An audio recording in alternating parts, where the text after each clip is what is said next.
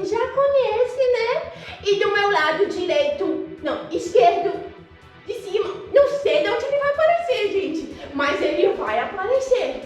É o Diogo Ramon, gente. Eu tô muito feliz, gente. E antes de você estiver aqui, não esqueça de curtir, compartilhar, porque é muito importante para ajudar o nosso trabalho crescer, não é mesmo? Do meu lado direito, ele, o boi caprichoso.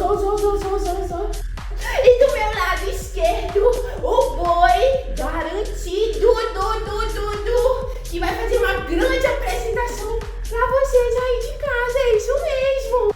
Pode entrar! A festa vai começar de novo, galera! Vamos brincar de boi! Todo mundo nesse ritmo, o nosso ritmo! Como nessa gente, se visto de toada, virou hino nativo, toma qualquer parada. Nosso povo mostrou, esse boi é valente, esse boi é da gente, é boi do mar. Manas fortes Amazonas, se vem do Menino, não é que esse boi é valente mesmo, Telés, é? Menina, eu fiquei com medo desse boi me perseguir. Mas eu vou ficar de olho, que ele deve estar por aqui seguindo o pessoal. Deus me livre. E antes que sobe pra mim, eu vou chamar o convidado de hoje. Sabe quem é que vai apresentar sobre cultura popular pra vocês? É ele mesmo. O Alvadir Cardinho. É com vocês, Diogo, aí no estúdio.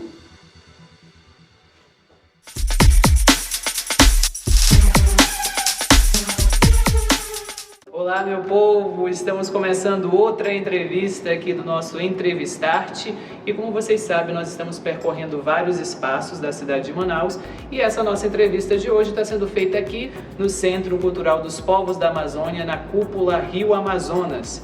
E hoje nós vamos falar sobre um assunto muito importante, vamos falar sobre cultura popular. E para falar sobre cultura popular, nós estamos recebendo com muita alegria o antropólogo e pesquisador de cultura popular e patrimônio cultural, Alvadir Carolino.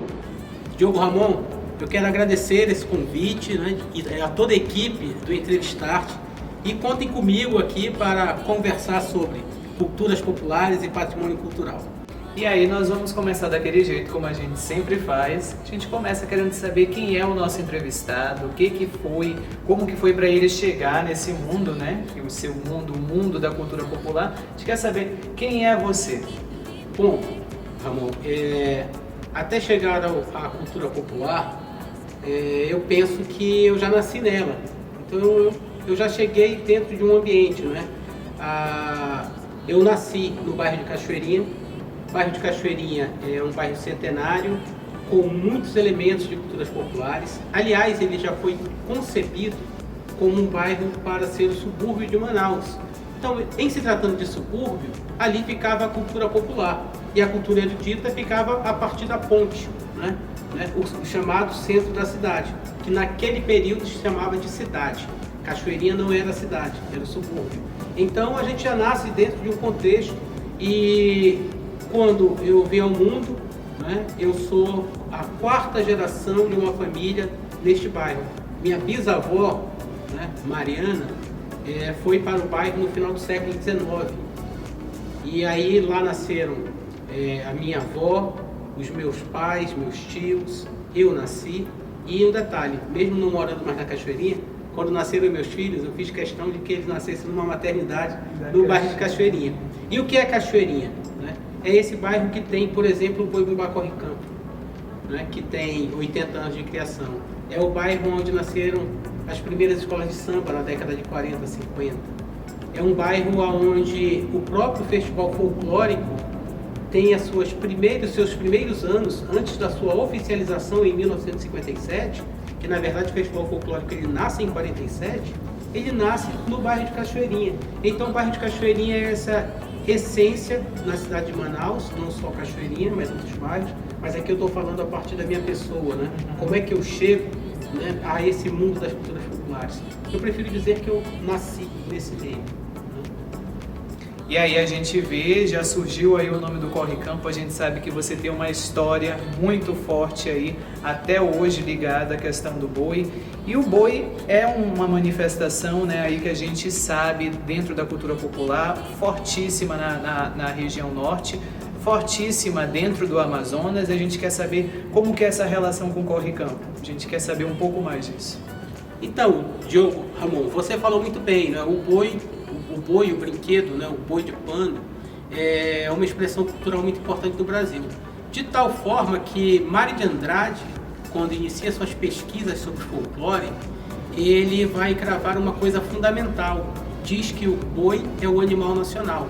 Vejam bem, é o boi de pano, o boi brinquedo, o boi artefato para o folguedo, né? Está presente em todas as regiões do Brasil, inclusive no sul, né, o chamado boi de mamão, e no Amazonas ele tem uma importância muito grande, né? No Amazonas, na Amazônia, né? E essa Amazônia que é transição, que é o Maranhão. E no Amazonas nós temos uma data muitíssimo importante, que é o ano de 1857, quando o naturalista Robert Avelleman, fazendo pesquisa sobre natureza, ele acaba por ver um boi desfilando nas ruas de Manaus no dia de São João. E aí ele dedica muita tinta e páginas do seu livro Viagem pelo Rio Amazonas para falar de um boi-bumbá. É o segundo registro, né, de boi-bumbá no Brasil, porque o primeiro é em um jornal no Recife. E eu digo que esse é o primeiro registro etnográfico, o primeiro registro acadêmico é na cidade de Manaus. Então o boi-bumbá tem uma importância muito grande na cidade de Manaus. E olhando assim para a minha participação no boi, eu não posso deixar de falar do mestre Zé Preto, que tem 94 anos e é o cantador de boi mais antigo que a gente tem no Amazonas. O Zé Preto diz que na década de 20, quando ele chegou no Amazonas, eles vindo de Carauari, né, do Alto Rio Juruá, eles foram abrigados na casa de minha avó, Mariana. E na cumieira da casa da minha avó tinha um boi de pano, e foi a primeira vez que ele viu um boi de pano. Ele disse que naquela noite ele não dormiu. E também daí para diante ele nunca mais saiu do boi, né? Então a gente tem essa relação de família. Agora eu quero contar uma história, né? Eu sou vice-presidente do Corre Campo, né? Mas eu quero contar uma história sobre o Corre Campo. O meu pai, professor, dava aula à noite e quando começava o tempo do boi, o boi circulava pelas ruas da cidade, né? Eu nasci em 72. E a minha mãe dizia que eles não tinham sossego, porque eu e meu irmão chorávamos, eu mais novo, chorávamos para ir atrás do corre-campo. E havia singularidades. Cada boi tinha uma batucada que tinha distinção. E eles nos levavam ao curral do corre-campo, ou a uma casa, ou uma praça, ou a um bairro distinto da Cachoeirinha, onde o corre-campo estaria fazendo apresentações. E quando encontrava o corre-campo, pronto, a gente ficava feliz, assistia e conseguia ir dormir sossegado. Minha mãe dizia que eu tinha 1 ano de idade, o meu irmão 3, 4 anos. A minha mãe dizia que encontravam outros bois pela rua, e tinha muitos bois na cidade de Manaus, e eles paravam. Ah, meu filho, encontramos o corre-campo. Paravam e a gente saía do carro para ver o corre-campo. E a gente, por alguma sensibilidade, a gente percebia que aquele não era o corre-campo. E chorávamos, então não adiantava querer nos enganar. A gente tinha que encontrar o corre-campo. E assim seguia. Todas as noites do mês de maio, junho e julho, né, dando esse trabalho a mais para os meus pais. Meu pai, quando em 78, o mestre Miro, o último fundador que a gente conheceu do Boi Corre Campo, né, ele anunciou que o Corre Campo não sairia mais, meu pai juntou os amigos dele, né, juntou 3, 4 amigos, e foram ao encontro do seu Miro e perguntaram a ele, né, negão, o que a gente pode fazer pelo boi? E o seu Miro disse, olha, eu não tenho mais forças para colocar o boi, façam o que vocês conseguirem fazer, o que vocês puderem, né, e eu entrego o boi nas mãos de vocês. Meu pai tratou de criar um CNPJ e conduziu o Corre Campo novamente à condição de permanência na vida cultural do Amazonas. Eu, nesse momento, estou aí no 3º mandato como vice-presidente do boi, né? Passei muito tempo longe do boi, nesse sentido administrativo, e a gente conduz o Corre Campo exatamente nessa ideia de que, para além do folgueiro e da brincadeira, né, que que pode aparentemente ser efêmero, mas trata-se de um patrimônio cultural dessa cidade, desse estado e do Brasil. É muito interessante a gente falar sobre boi e a gente tem assim uma forma de identificar, não é, a cultura popular do boi. A minha geração, a geração de hoje, tem uma forma de identificar as toadas, a forma da organização ali estética dessas manifestações. Mas a gente sabe que não foi sempre assim, né? Tem uma particularidade ali na década de 40, né? Eu queria que você falasse isso pra gente e também como que essas pessoas que estavam ali presentes, sendo essa resistência, fazendo essa cultura popular, como é que elas estão hoje integradas também nas práticas agora que estão acontecendo. Para falar sobre isso, Ramon, é importante a gente notar que o fenômeno boi-bumbá, né, ele tem algumas simetrias com relação ao fenômeno do samba urbano no Rio de Janeiro, mais precisamente das escolas de samba. Quais são essas semelhanças? Aonde tinha uma comunidade articulada em torno de um terreiro, de um centro de religião de matriz africana, se organizaram escolas de samba. Por isso a presença de ala de baianas. As baianas são as tias que organizaram o samba no Rio de Janeiro e, portanto, tem essa referência. São mulheres sacerdotisas. Essa referência está presente. E no boi, na cidade de Manaus, no final do século XIX e por pelo menos a metade do século XX, aonde surgiram agremiações de boi-bumbá, elas estavam situadas em comunidades de devoção de religiões de matrizes africanas. E aí, indo para a questão da estética musical, se no Rio de Janeiro você tem uma presença de indumentária que remete às sacerdotisas de religiões de matrizes africanas, nos bois-bumbás de Manaus, essa estética estava na música, porque os tambores que se tocavam, eles tinham a mesma sonoridade e a mesma estrutura física dos tambores, não é, dos terreiros. Então, a música de boi, se você perguntar como era a música de boi antes dessa reconfiguração que predomina hoje, que é o formato Parintins. As músicas de boi, elas eram muito semelhantes às músicas religiosas cantadas aos orixás, aos caboclos, né? E então essa condição, eu penso que ela é importante a gente notar. A forma de cantar, a estrutura de versos, né? Não eram letras muito grandes e o ritmo, né? Era muito parecido. Então, se você for hoje a uma festa de umbanda ou a um culto de candomblé e você ouvir toda a sonoridade daqueles tambores, saiba que você pode ali estar ouvindo a forma de um boi-bumbá da cidade de Manaus no passado. E eu, com os meus quase 51 anos, eu tenho a felicidade de ter vivido aquele período que a gente chama de tambores de mão, né? E vi a transição para o formato atual. Se hoje nós temos grandes ídolos como o Davi Assayag, e tivemos Arlindo Júnior, que inclusive é da Cachoeirinha e começou a brincar boi lá no Corre Campo, né? Isso é uma coisa que é boa de ser dita. Aprendeu a cantar boi, aliás, ele cantava muito parecido com um dos irmãos do mestre Zé Preto, com o Clóvis, que era praticamente vizinho dele também, do Arlindo Júnior na Cachoeirinha. Então, essas pessoas que nós temos como ídolo, que principalmente a sua geração, que é muito jovem, vai ter como referência de cantores do boi, ela é de uma estética atual. Mas a estética do passado, ela também tinha sua beleza. E eu não posso deixar de citar, como citei o Clóvis Nascimento, citar o Zé Preto, irmão mais velho do Clóvis Nascimento, citar o Valdir da Cuíca, que era uma voz tão impressionante, não é? Para fazer uma comparação com a voz de Clementina de Jesus, citar um dos maiores compositores de toda a história da cidade de Manaus, chamado Pedro Beiramar, né? Pedro Beiramar compôs muitas toadas, muitos sambas, inclusive hinos de clubes de futebol no Amazonas. É que a nossa documentação das culturas populares que é precária. Mas esses nomes, se eles estivessem num ambiente, por exemplo, como o do Rio de Janeiro, eles seriam nomes de praça. Eles teriam documentários sobre a vida deles, né? Mas a gente não está no lugar que, pelo menos naquele momento, não documentava. Por isso eu quero aqui dizer que o trabalho de vocês é fundamental, porque a gente tem essa documentação. Mas esses homens, né, que eu tive o prazer de conhecer, Pedro Beiramar, Valdir da Cuíca, Clóvis, né, Zé Preto, de todos esses citados, o Zé Preto é o mais velho e é o que continua vivo, né? E no ano de 2015, nós percebemos que no Boi Corre Campo, essas pessoas antigas, quando apareciam no ensaio do boi, ficavam à margem, né? E sem nenhuma referência no próprio palco do ensaio de dizer que tinha uma personalidade importante da história do boi ali.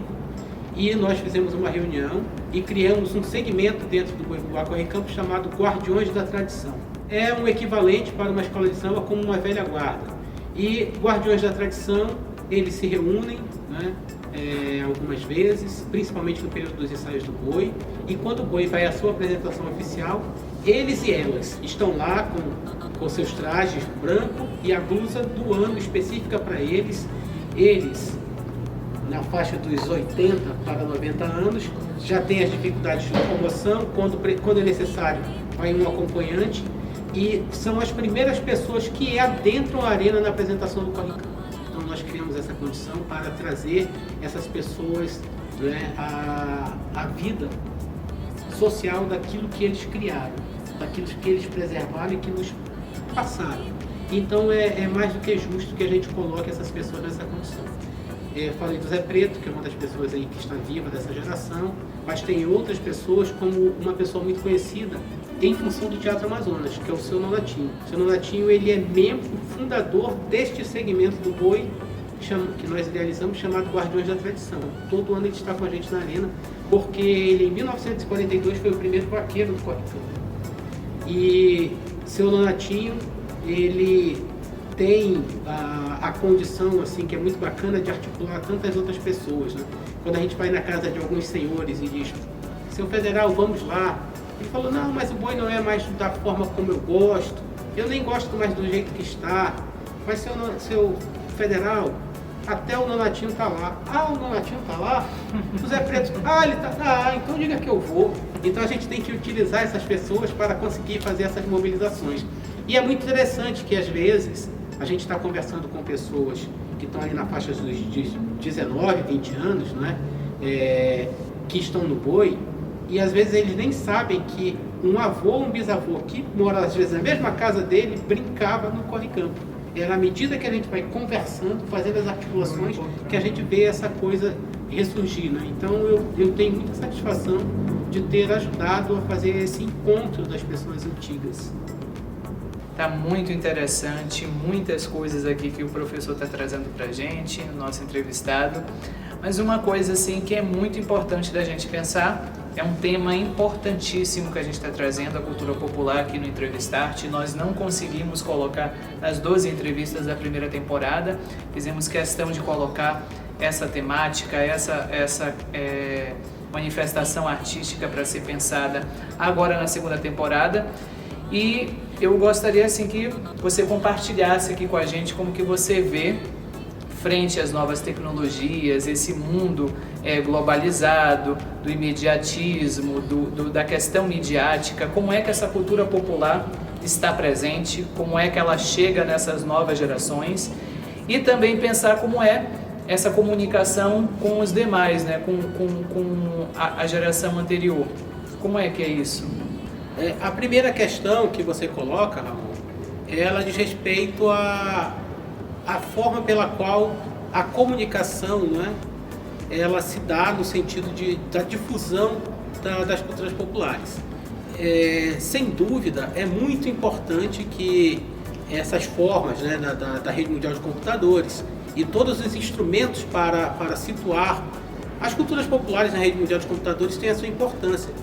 Quando você estava formulando a pergunta, me veio imediatamente à cabeça o período da pandemia.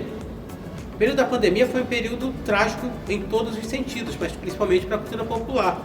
E através de lives muito bem elaboradas, através de lives espontâneas, com pouca elaboração, e às vezes através de lives sem nenhum aspecto de produção, mas só pela espontaneidade ali de estar na frente de um computador, a cultura popular conseguiu ter uma permanência e alegrar a vida das pessoas num momento de tanta tragédia. Então, nesse aspecto, a gente tem essas possibilidades. E aí eu quero fazer uma análise comparativa do Boi-Bumbá Corre-Campo na cidade de Manaus, que tem a mesma história, que tem a mesma cronologia que os bois de Parintins. Independente da liberdade que se tem na rede mundial de computadores, a gente sabe que para fazer uma coisa mais bem elaborada tem um custo e investimentos. E quando se trata da visibilidade aos bois de Parintins, a relação é muito, muito assimétrica, né? Comparando com as manifestações culturais dos bois e outros grupos folclóricos da cidade de Manaus e de outros, né, municípios desse estado. Então, é muito importante que a gente tenha essa ampla divulgação dos bois no bairro de Parintins, mas elas não podem ser centradas de tal maneira a produzir invisibilidade aos demais. E a invisibilidade, ela produz uma série de problemas. Dentre eles, se não são visíveis, os gestores de culturas populares, né, os secretários e secretárias, eles vão entender que não há motivo para investimento de políticas públicas, tendo em vista que não há visibilidade naquele aspecto que está posto ali ao seu lado.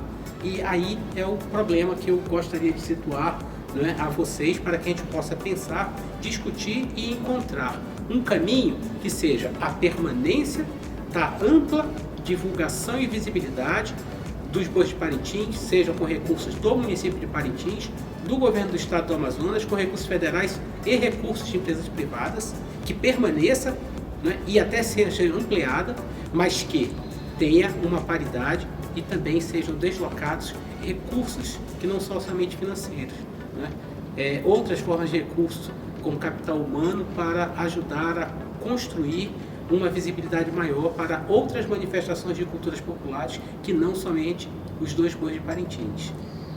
A outra questão que você coloca é do diálogo entre as gerações contemporâneas e as gerações do passado.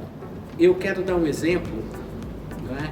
Quando você formulou essa pergunta, me veio à mente uma circunstância na festa de Santo Antônio do ano de 2022, lá na Igreja Centenária da Cachoeirinha, que é popularmente conhecida como Igreja do Pobre Diabo. Eu estava lá nos festejos, né, da Igreja de Santo Antônio e comprei uma fita. Uma senhora chegou próximo a mim e disse: meu filho, você não vai conseguir amarrar, vá só fazendo os pedidos. E ela foi fazendo o nó, né, nessa fita. E aí fiz o pedido muito bem e aí eu disse para ela: olha, eu preferia a vermelha, porque eu sou corre-campo. E essa senhora disse: eu também sou corre-campo. E eu brinquei no corre-campo até o ano tal, talvez até o início dos anos 90, né? Aí eu perguntei: então a senhora conhece o fulano e fulano? Sou muito amiga. E o fulano também. Então ela foi colocando. Eu fui ali buscando as interações com vistas a, olha, mais uma pessoa para levar para o Guardiões da Tradição. Aí ela disse: agora eu vou fazer uma pergunta, quero ver se você sabe. Eu sou mãe do Caleb. Aí eu falei: pô, a senhora é mãe do Caleb. O Caleb, ele é um dos mais importantes artistas plásticos de confecção de fantasias no Brasil na atualidade. Ele confecciona boa parte das fantasias que estão nas escolas de samba do Rio de Janeiro, nas escolas de samba, nas pessoas de destaque, né? E o Caleb começou a vida dele produzindo lá no Corre-Campo. Então, para a gente olhar de como essas interações, elas têm permanência. O que falta é a gente pesquisar um pouco mais para transformá-las em uma comunicação, em um texto, e dizer: Caleb é um artista que inicia a sua vida nas brincadeiras do bairro de Cachoeirinha e se tornou importante para o Festival de Parintins e é importante para as escolas de samba do Rio. E ele é filho da senhora, que eu me falho o nome dela agora, é filho da dona fulana, que é brincante tradicional do Boi-Bumbá Corre-Campo. Então, me parece que essa divisão de gerações, ela é muitas vezes uma análise crítica sem fundamentação de dados empíricos. Porque quando a gente vai olhar empiricamente, quando a gente vai buscar os dados, a gente vai ver que essa relação está sempre posta. Eu fico imaginando quantas vezes o Caleb produzindo fantasias, né, e a mãe dele contando histórias de como ela brincava no boi. Então essas coisas, elas não são soltas, elas são transmissões realmente de geração a geração. A questão é que às vezes, quando se vai fazer determinados trabalhos, inclusive na área da comunicação, são feitas por recortes que não dão conta dessas interações. A mãe do Caleb é uma pessoa muitíssimo importante nas tradições do bairro da Cachoeirinha. E o Caleb quem é? É esse artista de caráter nacional.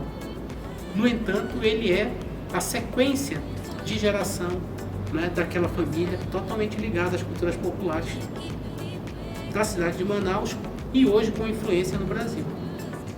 Então eu acho que uma coisa muito importante da gente pontuar aqui, pensar sobre, você trouxe muito sobre isso, né, essa questão da contemporaneidade, que dialoga lá com os que vieram antes e que moldaram tudo isso, é pensar como fazer isso continuar acontecendo, né? Quais são assim, as possibilidades para que isso continue acontecendo? A gente sabe que a cultura popular tem essa dinâmica com a sociedade, mas a gente sabe que nós vivemos numa sociedade que nós precisamos de recursos, nós precisamos de espaços, o que precisa, o que seria assim importante para que isso continue acontecendo, essas manifestações, esses grupos continuem se reunindo e fazendo essas práticas.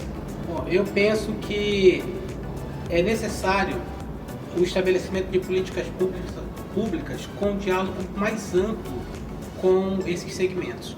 Não adianta chegar para falar de grupos folclóricos, chegar ao mês de maio e junho e liberar recursos financeiros para os grupos folclóricos sem pensar em outras estruturas e infraestruturas. O recurso financeiro para a confecção da indumentária, da fantasia, da alegoria, para custear ensaios, né? Ensaio, por exemplo, de um boi-bumbá, que tu ensaia 180 instrumentos de percussão, é um ensaio muito caro, porque tu tem que ter sonorização para que os instrumentos de harmonia, né, tenham equivalência sonora. Então são ensaios muito caros. Mas para além do dinheiro, é importante que se tenha um plano de mídia, de divulgação, né, da existência desses grupos. É inaceitável que a gente tenha, na cidade de Manaus, quando chega o período de abril, maio, junho, ensaios de grupos folclóricos de diversas expressões em toda a cidade de Manaus e não tenha uma agenda oficial que coloque o turista ou a própria pessoa local para saber, hoje tem um ensaio da Ciranda do Japim na quadra tal, né? Os rádios, as emissoras de rádio não falam isso, as emissoras de televisão não falam isso, os sites oficiais das secretarias de cultura não falam isso. Na medida que não existe essa comunicação, só quem sabe são os próprios participantes desse grupo. E isso é um problema de visibilidade. Quando você chega no Recife, né, ou em Salvador, a primeira coisa que você recebe são informativos de onde tem ensaios de blocos de frevo no Recife, de blocos afro em Salvador. E quando você vai àqueles ensaios, eles não são nada extraordinário ao que a gente tem em Manaus. Quando você chega no Rio de Janeiro, no período pré-carnaval, você tem uma lista imensa, oficial, dos ensaios das escolas de samba e dos blocos carnavalescos. Por que nós não temos uma agenda dos ensaios dos grupos folclóricos na cidade de Manaus, que são tão expressivos, eles existem há mais tempo do que existe frevo. Eles existem há mais tempo do que existe escola de samba do Rio de Janeiro. Por que nós não temos essa agenda propositiva, né? Então, para além do recurso em si, que é concedido a esses grupos, é preciso pensar de uma forma estruturante. Nesse momento, essa entrevista aqui a vocês está sendo concedida no Centro Cultural Povos do Amazonas, da Amazônia.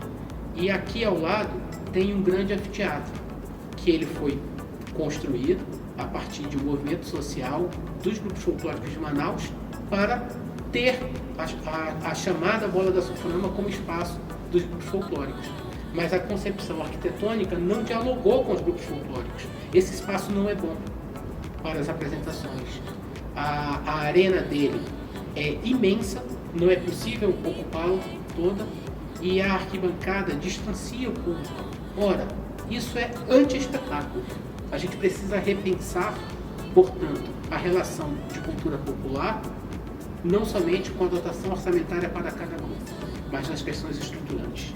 Planos de divulgação de mídia, infraestrutura, transporte, né? E também pensar que outros segmentos do poder público, como o da educação, devem estar voltados ao abrir os espaços das suas escolas, que tem ginásios, que tem quadras, nos finais de semana para ensaios desses grupos, porque eles ficam ensaiando em beira de rua à mercê de tudo.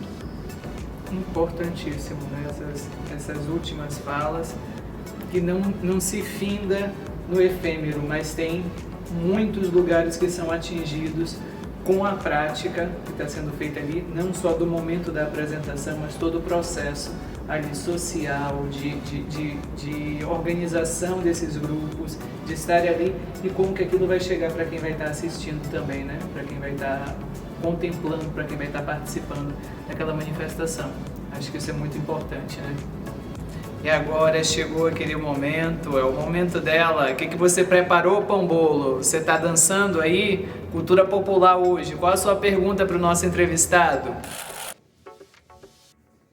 Gente, deixa eu contar pra vocês. Eu vou falar assim baixinho, baixinho. É porque esse boi ainda tá correndo por aí. Então, Avaldir, eu tenho uma pergunta pra você. Assim, né? Como é que foi pra você, assim, no processo do boi ou de alguma apresentação? Se você já passou por algum perrengue na apresentação ou no ensaio, conta pra gente como é que foi. E eu aqui vou me esconder porque eu tô num perrengue danado. Bom, Pambolo, obrigado. Eu agradeço a pergunta. Não tem um momento, né? São vários momentos. Nos ensaios, nós temos uma aflição muito grande quando alguém da banda base que precisaria passar uma música muito específica, por algum motivo falta. Então imagina, a gente finaliza ali uma concepção de arranjo, né, e que o violino vai fazer uma parte importante e a violonista não conseguiu chegar no ensaio na hora da execução daquela música. A gente fica todo mundo aflito. Agora, no dia da apresentação oficial, quando a gente está disputando o título do ano, é tensão do começo ao fim. Só o único momento de tranquilidade é quando a gente olha para o cronômetro e nós ainda temos 4 a 5 minutos e vai dar tempo suficiente para cantar a última toada e tudo deu certo. Não tem mais uma alegoria na arena que pode quebrar, né? Por exemplo. Nesse ano de 2022, nós passamos uma situação muito difícil no Boi Corre Campo, que o caminhão, né, que levava todas as fantasias de destaque, ele pregou nessa situação de trânsito maluco em Manaus.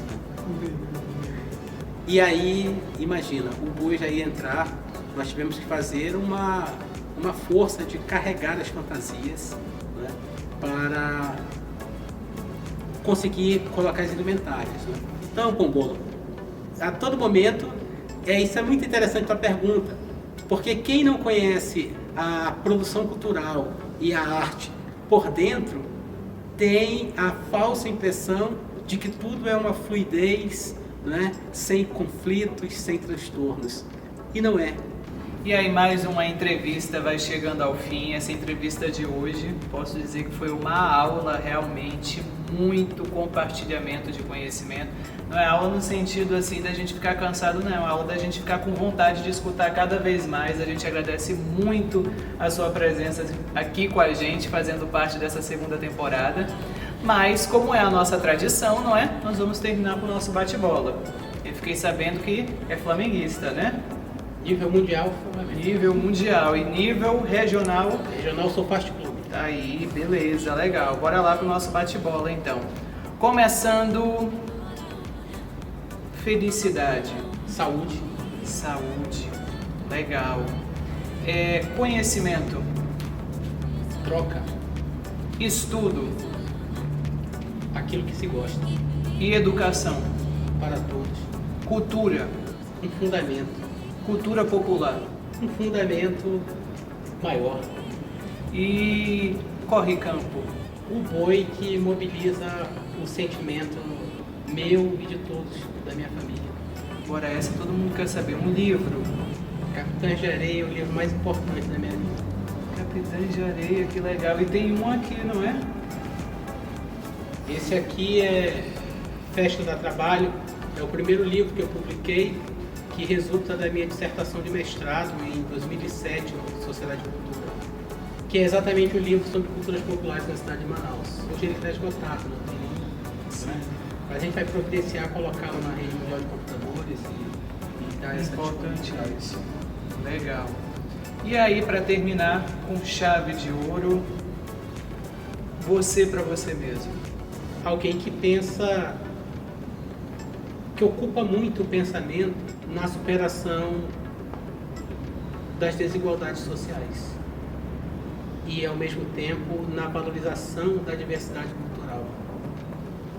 O que eu acabo de te falar é a máxima que eu inicio e encerro quase todas as disciplinas que eu ministro no Instituto Federal. A gente agradece bastante, ficamos muito felizes e a gente já lembra você, vai lá, a gente está disponível no YouTube, assiste os nossos programas, curte, comenta, compartilha e se lembra de se inscrever, acionar o sininho. E agora, professor, a gente também pode ser escutado, para quem não pode estar ali assistindo no momento, está num carro, né?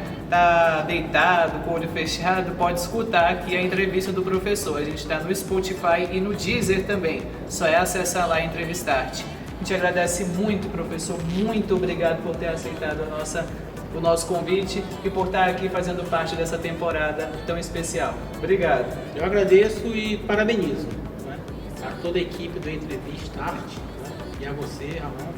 Sigam em frente porque esse é um caminho importante para registrar os fundamentos dessa cidade, desse estado.